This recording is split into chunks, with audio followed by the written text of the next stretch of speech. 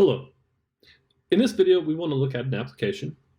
We have that a propeller with a radius of 2 meters is rotating at 1400 revolutions per minute, as shown in the following figure. What is the linear velocity in meters per minute for a point on the tip of the propeller? Okay, so looking at this, notice that it wants the linear velocity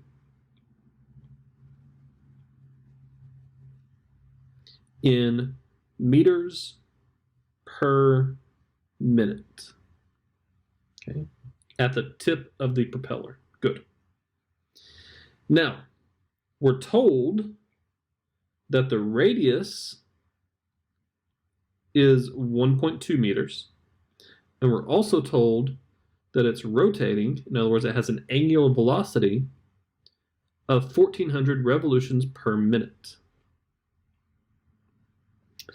Okay, so the formula that we're going to want to use here is V equals R omega or omega R. It doesn't really matter. I'm going to use omega R. Now, here's the thing. For your angular velocity, it needs to be in terms of radians per whatever. Now, the reason it needs to be in terms of that is because radians are unitless. So radians per second, radians per minute, radians per whatever time unit you have here. And then your radius itself will be a distance unit, right?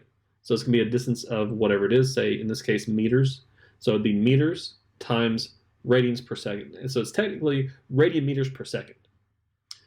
But remember, radians are not technically a unit. It's just kind of a placeholder. So you can take them away, put them in there. It doesn't matter. You take them away, put them in, either way. So nothing, or in other words, 1 times meters per second. So it's meters per second that way. And so this is the reason why this formula works. Now, notice that we want our, that was weird. Notice that we want our linear velocity to be in meters per minute. Well, the radius is already in meters, that's good, but the per minute, so if we're looking at this 1400 revolutions per minute, we're good. But it's not in radians per minute. So we need it to be actually in radians per minute.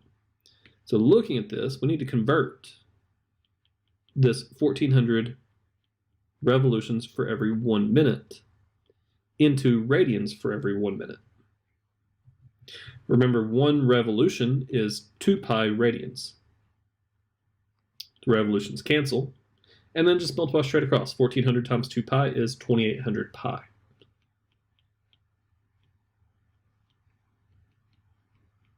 Radians per minute. Good. Now notice if I wanted this meters per second, I would have had to convert this from radians per minute into radians per second as well. Alrighty, now that we know everything, we know that the omega is 2800 pi, and I also know that R is 1.2. I'm going to plug this all in for omega and R there and simplify. So V, let's use blue here. So V equals omega of 2800 pi. And then, of course, the units here are radians per minute. I'm going to go ahead and put those here, though. And then times the radius of 1.2 meters. Now notice again, meters per minute is our unit that we want here. Now we just have 2800 pi times 1.2. Now take your calculator, type in 2800 times pi, which I have to load my calculator here. Give it a second.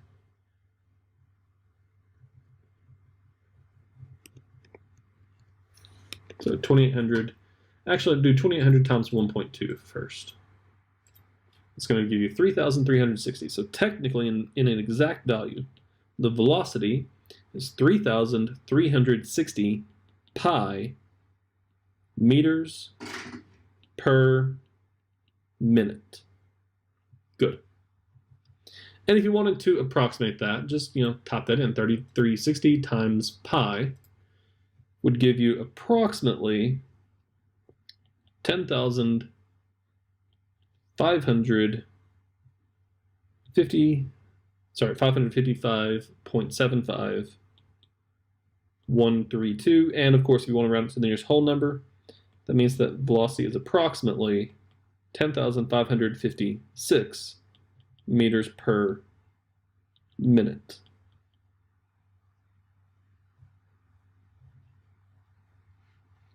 Fantastic. But again, this is the exact value, 3360 pi. Alrighty. Well, I believe I'm going to go ahead and end the video here, and I will see you in the next one. Have fun.